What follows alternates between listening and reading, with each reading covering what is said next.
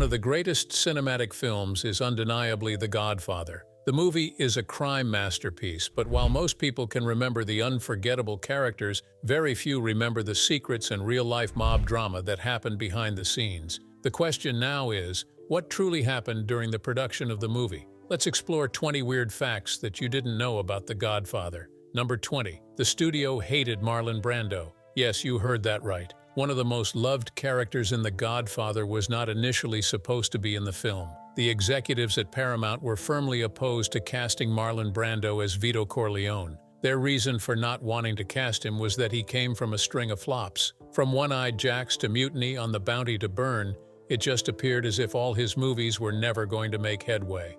As if that were not enough, Marlon had a reputation for being extremely difficult to work with, in addition to being constantly washed up and unemployable. According to Stanley Jaffe, who was the head of the studio, he insisted that Marlon Brando would never be in the picture as long as he was still the president. The only reason Marlon was given an opportunity was because Francis Ford Coppola believed in him. He went to great lengths to convince him to do a makeup test at home. Francis was also instrumental in coaxing Marlon into stuffing Kleenex or cotton balls into his cheeks to help him create the bulldog jowls and slick hair reminiscent of a gritty Don. When this was eventually copied onto a portable camera and viewed by others, they were amazed at how this transformation made Marlon appear extremely different from his usual image. This was the exact reaction that Francis wanted from people, and it fueled him enough to show the footage to Paramount Studios executives. When he showed it to them secretly, the executives did not even recognize him. In fact, they were amazed by the powerful presence of Brando as Don.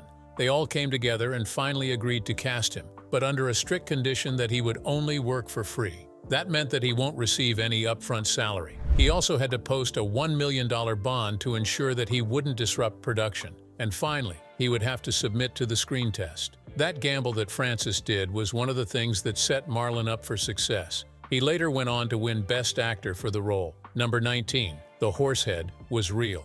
Most people find this difficult to believe, but that horrifying horsehead in Jack Woltz's bed was absolutely real. No special effects or prosthetics were used in that scene. The directors would have easily used a fake one, but back then Coppola insisted that he wanted the movie to have a pure shock value, and the best way to achieve that was via a real horse head. So he went all the way and obtained it from a New Jersey slaughterhouse used for dog food. When the horse head was brought to the set, it was delivered in a cooler, and the actors were not even told that it was real. This, however, did not stop the producers from placing the horse head amidst the bed linens. During one of the scenes, John Marley, who played the role of Woltz, woke up and brushed his foot against the cold and damp head. Seeing as he had no idea of the initial prank, his facial expression was priceless. He recoiled almost immediately, vomited, and then screamed with total authenticity. Coppola noted his intention: "If the audience does not jump out of their seats on this one, you have failed." This made that scene one of the best in the movie because the terror of that scene was not acted, it was lived,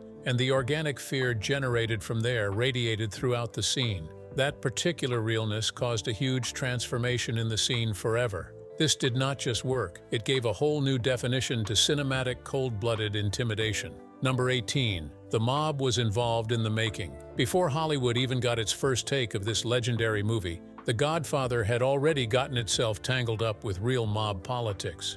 It all started when Joseph "Joe" Colombo, who was a powerful mafia boss and leader of the Italian-American Civil Rights League, did not feel all too happy about how the Italian-Americans were being portrayed in the movie. He insisted that he did not want the writers and the producers of the movie to keep using the words mafia or Cosa Nostra in the script because he strongly believed that it just made the Italian-Americans look bad. He even went so far as to threaten to organize union protests and block the movie from being made if his terms were not met. The producer had their hands tied, and to keep the production going, Albert Ruddy, the film's producer, went out and made a deal with Colombo. Together, they agreed that words like mafia and Cosa Nostra would be removed from the script. Albert even went so far as to allow Colombo's group to read the script before it was acted out, and Paramount also agreed to donate some of the movie's premiere profits to an Italian-American hospital. After making this deal, Colombo finally gave his approval for the film to be made, and this agreement helped avoid many union problems during the shooting.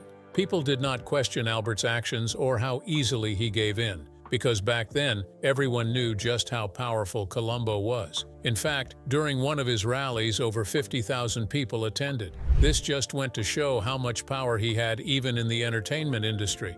However, when Columbo was shot in public in 1971, everything took a very dark turn, and people began to see just how much The Godfather's story matched what was truly happening behind the scenes. This incident told the public the simple truth that the movie was not just about the mafia. The movie revealed the extent to which the real mafia was involved in its production, making it even more authentic. Number 17. The cast was fed spaghetti during rehearsals. One of the things that really made The Godfather a movie that is still being talked about decades after is that Coppola did everything in the book to maintain authenticity. He didn't do it in lines alone. He made sure that even in relationships, the exact authenticity was maintained. One of the ways he was able to achieve this was by hosting a simple dinner at Patsy's in East Harlem, which he usually did before filming began. The idea behind the dinner was pretty simple. He wanted the whole cast to break bread together while still in character. James Caan, Robert Duvall, Diane Keaton, Al Pacino, Talia Shire, and Marlon Brando all attended,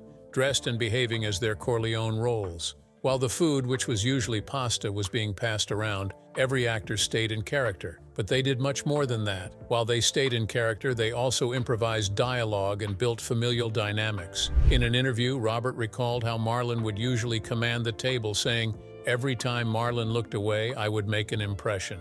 When asked why he chose to do this to the cast of the movie, Coppola just responded by saying that improv with food is very lasting, and that dinner locked in the cast's chemistry. During the parties, they would even have real mob figures in attendance. The rawness of this atmosphere and the fact that the entire cast experienced it firsthand always permeated every scene, infusing relationships with deep familiarity and creating a bond that made the cast feel like they were family. So before the cameras even began to roll, these actors had already belonged to each other. Number 16. Al Pacino was almost fired. Michael Corleone's job hung by a thin thread after he had lasted just about a week in the production of The Godfather. His inability to cope was initially noticed during the early rushes. This period showed a man who was so understated that the almighty Paramount brass panicked. Pacino was just too quiet and too weak, definitely not the type of man who could uniquely deliver exceptional roles.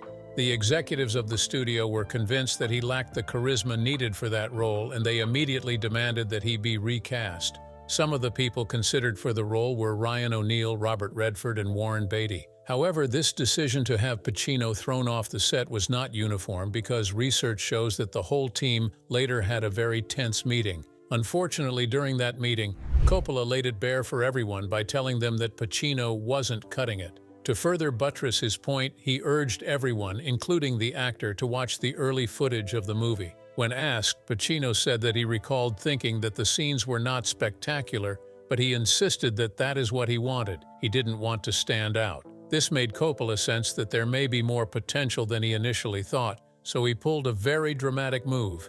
He reordered the shooting to fast-track the pivotal restaurant assassination sequence. It was in this electrifying scene that viewers truly saw Pacino's talent. The scene had Michael taking the life of Sollozzo and McCluskey. Pacino gave this scene his all, and the intensity of it came as a shock to everyone. He later said, "Because of that scene I just performed, they kept me in the film." Once again, Coppola's gamble paid off, and if he had not done what he did, both the director and the star would have been replaced, and Pacino's quiet magnetism would have been forever lost in the movie. Number 15. The book was way raunchier. The original book, which was a Mario Puzo novel, was filled with pulp. It was extremely gritty, graphic, and just morally messy. When the producer was working on the film, he chose to omit several explicit subplots, especially those involving Johnny Fontaine. This is because the book describes Johnny's pursuit of a scandalous affair with a married woman, and it also reveals how he leveraged mafia connections to secure roles in Hollywood. Although the storyline was good, the producer knew that in the 1972 mainstream films, such an erotic saga would not translate to anything good. The original manuscript of Puzo also included a lot of adult content, especially in scenes where Connie and her husband Carlo, plus Frank, would discuss genitalia. There was even a wild part where Johnny promised to build a new snatch, and then he was going to test it out. All these were things meant for adult readers and not a cinematic audience, so they had to be removed. Coppola and Puzo knew very well that they just needed to find a way to elevate the narrative from the ridiculous gangster tale to the operatic family saga it required. All the spicy elements of the show were being cut out, and they were replaced with scenes that had emotional depth and moral complexity. Number 14. Brando improvised the cat. Do you remember that iconic moment when Don Corleone cradled a cat during the wedding? Yes, that particular scene was what movie directors like to call an impromptu stroke of genius. That particular move was not included in any script, and there was no animal trainer on cue when that happened. The scene and the idea behind it all began when a scruffy stray cat wandered onto the studio set. Marlon wasn't told to, but during one take, he scooped it up and stroked it as he continued delivering his lines. The scene felt so real that the directors couldn't cut it, but the purring from the cat was so loud that they even had to dub parts of his dialogue later. According to a report from some of the crew members, the cat was still sitting peacefully when Marlon and the master gently picked it off the set furniture, and they just continued with the scene as if it was already in the script. Coppola was the first person to see the emotional depth that this unscripted scene brought. He knew that people would absolutely love to watch a ruthless mafia boss stroking a gentle animal, and this would help add texture and humanity to the movie. Number 13. Coppola almost got fired. Coppola was usually the one trying to ensure that none of the cast members actually lost their jobs, but while he was playing hero, his career was also on perilous grounds. The executives at Paramount were running out of patience with him because they believed his pacing was too slow, and they were deeply concerned about the potential cost. Once they even contemplated bringing in a very experienced director to replace him. Most people were unaware that behind the scenes, Coppola was battling daily. Still, some of the editors, like Aramavakian, complained that he was not shooting enough footage. Later, Coppola spoke about how he recalled saying that he had a strong feeling that he could be fired at any moment. However, he did not allow this to deter his spirit. He held firm to his beliefs. He fired everyone who conspired against the movie's growth, and he constantly rallied his team to ensure that they were delivering transformative dailies, especially during the restaurant scene. His team was strongly by his side, so much so that even Marlon Brando threatened to walk out of the movie if they dared to remove Coppola. This level of loyalty was exactly what Coppola had in excess. He didn't, however, let it go to his head, and once the studio saw the amount of groundbreaking scenes he was bringing out, like Michael's shocking transition and Don's imposing calm, they finally understood the vision the man had. They understood that he was working so hard just to transform something that should have been a formulaic gangster film into a family saga and an American epic. This made him a legend. Number 12. Real gangsters had a strong influence on the film. One of the things that really made The Godfather a cinematic legend was the simple fact that director Coppola and producer Albert Ruddy aimed for authenticity from a source that was extremely surprising. This source was none other than some real-life mafia figures. One of the real mafia figures that they studied was Frank Costello. To recreate Frank in the movie, Coppola studied old FBI recordings and government hearing tapes of Frank, who was then being nicknamed the Prime Minister of the Mafia. Marlon paid close attention to how Frank spoke. He noticed that he had a very slow, quiet, and raspy voice. Using what he learned, Marlon was able to shape Don's voice.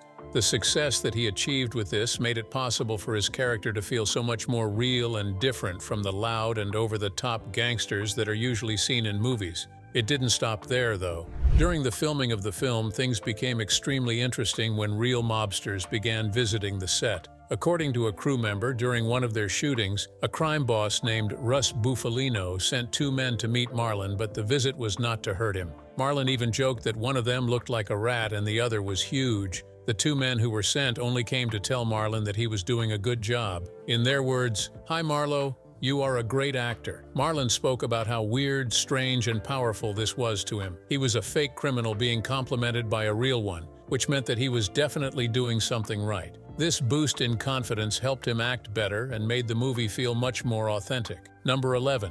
Brando didn't memorize lines. The producers and directors of the movie all said that Marlon had become a master of naturalistic acting, but there was one strange thing about him. He never tried to memorize lines in The Godfather. Instead, what he did was to rely on cue cards that were strategically placed all around the set. These prompts that he found were what helped him to maintain his spontaneity and reactive energy. Marlon strongly believed that by reading his lines in the moment, He could keep his reactions alive and organic regardless of the number of artificial pauses or stiff performances. Coppola did not reject this.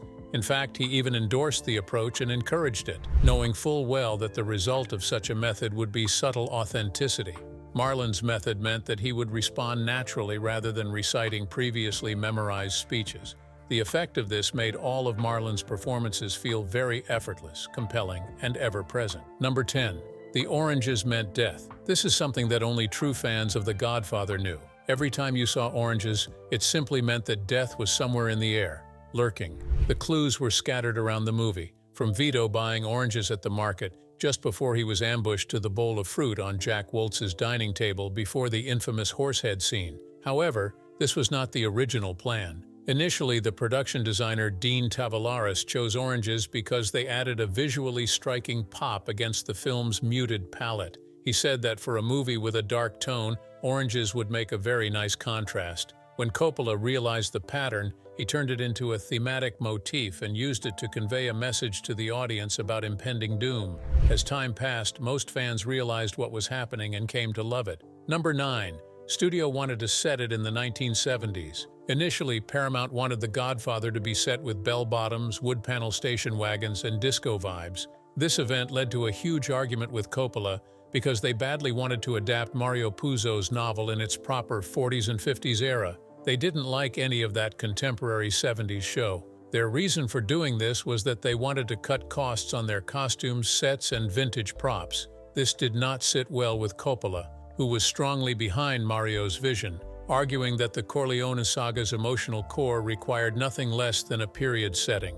To him and the viewers, this was not about the budget cost. It was about ensuring that the narrative was properly captioned. Coppola argued this for so long, and he did it so fiercely, that eventually the studio agreed, and just like that, they started a 40s production with period cars, shot in different locations around New York, and featuring vintage interiors. This, however, almost cost Coppola his job because the executives were confident that they were hemorrhaging money. Number 8. The toll booth scene was a nightmare to shoot. One thing was very certain about the production of The Godfather, and that was that behind every iconic scene lay production chaos. One of the few scenes was the bloody toll booth assassination that marked the brutal end of Sonny Corleone.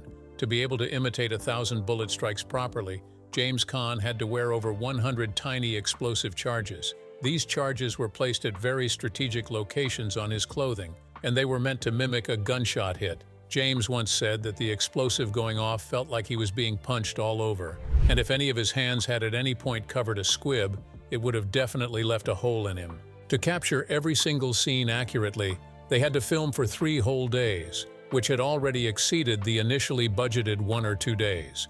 A lot of attention had to be paid to this scene. Every squib had to be timed precisely with gunshot effects. The cameras had to be rewired a lot in order to catch every explosive burst in high-speed, slow motion. Also, the muzzle flashes had to be synchronized. And while all these were going on, James had to be bombarded with fake bullets over and over again. Any failure meant the entire scene had to be reshot. Number 7. Robert De Niro auditioned for Sonny. Before Vito Corleone was cast as Sonny, Robert De Niro was nearly given the role. Back in 1971, Robert went to the audition in his off-Broadway pose, and he wanted the role of Sonny Corleone because the role was that of a hot-tempered and impulsive man. In his audition tape, which was eventually uploaded by Coppola many years later, a very intense and snarling Robert was shown. He had an extremely volatile energy, and when the viewers saw it, they all said that he had nailed the audition, but he still didn't get the role. However, Robert didn't leave empty-handed. Eventually, he got the role of Paulie Gatto, but due to some scheduling conflicts, he had to swap the roles, and he ended up in another project. This did not stop Coppola from recognizing his talent and remembering him. So when it was time for The Godfather Part 2, Robert was given the pivotal casting of young Vito Corleone.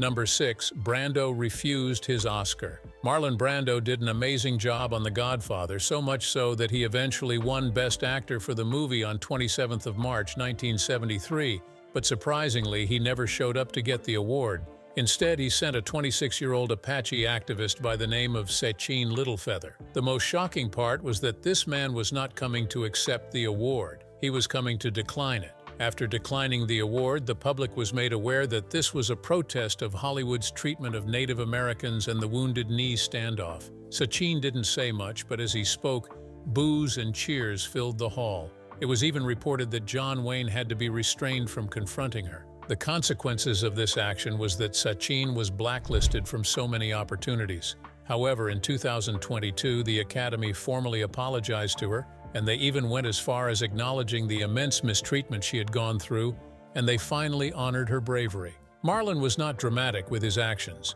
He was political. To him, Hollywood always portrayed the Native Americans in a racist, stereotypical, and extremely demeaning way, and he did not want that to be associated with his name. Number 5. The budget was tiny for such a big film. Regardless of the movie's size, the budget used for such a project was extremely small. Reports indicate that the amount was approximately $6 million. Despite the vintage cars, costumes, and elaborate sets required to recreate the 40s and 50s world, the director and producers used a small amount of money. During production, Paramount closely monitored every expense. They even forced Coppola to become ingenious, and he began reusing props, costumes, and sets whenever possible. Most of the costumes that the extras used were rented second-hand, and some were from a production that had been canceled. Even the interior decorations were done using furniture borrowed from other studio projects. However, the production design was not the only thing that Coppola had to be very resourceful about. If he noticed that a particular scene would require a large number of background actors, he would employ wardrobe tricks such as hat changes, collar switches, and more to make the crowd appear larger. Even the food was being economized because after the on-camera banquets, the same food would be passed down to the crew. Everything that was done to cut costs did not compromise the film's luxurious authenticity, because Coppola ensured that he spent money on key elements, such as Marlon Brando's winning transformation and the toll booth sequence. Number 4. Many actors had mob ties. Another factor that made The Godfather so realistic was the fact that some of the cast members had ties to the mob. For example, Lenny Montana was not just an actor who played the role of Luca Brasi. Lenny was also a former professional wrestler and an enforcer for the Colombo crime family. Lenny always walked around in real life with an aura of danger. Before Coppola discovered his powerful presence while he was busy doing his job of protecting the Colombo family on set, the man had been a mob bodyguard and an enforcer. When Lenny began to stutter nervously with some of his lines in the production, Coppola saw it as raw emotion and not a bad performance. Lenny had a sincere fear of performing, but he was able to do it with such vulnerability that the production had never seen before. Number 3. The music was almost rejected. Melodies like Love Theme have been etched into the very fibers of cinema, but the same film that held this melody nearly faced a disaster at the Oscars. The theme song was so good that Italian maestro Nino Rota, a renowned composer, was nominated for an Academy Award for Best Original Score. However, Nino was disqualified when the Oscars learned that the love theme had already been used in Fortunella and Rota's 1958 Italian film. It was noted, though, that Nino did not blatantly copy this piece. He self-recycled it by slowing down the earlier piece and also molding it into what became a tragic and melancholic refrain. When the Academy discovered the reuse, they removed Nino from the nomination and replaced it with John Addison's score for Sleuth. Charlie Chaplin's Limelight score won. Number 2. Diane Keaton had no idea what the movie was about. Before Diane Keaton came to audition for The Godfather, she had not read the script that was given to her, so she was unaware of the story's plot. According to her, she was just glad to be there and had no idea what she was doing. Many people struggled to believe that she could be telling the truth, but back then, Diane had just started her career, and like every actor at that stage of their life, she was eager to get a job. Once she confessed that the only thing she knew was that she was going to be working with Al Pacino, who was an actor that she truly admired. Number 1. The ending scene was changed. The early version of The Godfather's ending had Kay Adams walking away after the office door closed in her face, intended to leave her emotional state ambiguous. However, Coppola was not satisfied with this ending. He decided that it would be better if the camera lingered on Kay's face just a bit longer, and this changed the entire tone of the ending. So now, instead of Kay just walking away, she had to watch behind a closed door as Michael received his capo's loyalty. During this, the camera zoomed in on her face, so that the audience could see her stunned and betrayed expression. This made her heartbreak all the more visible and unforgettable. Which of these weird facts blew your mind? Let us know in the comments. If you enjoyed this video, like, share, and subscribe to this channel. Before you go, watch the other videos on your screen.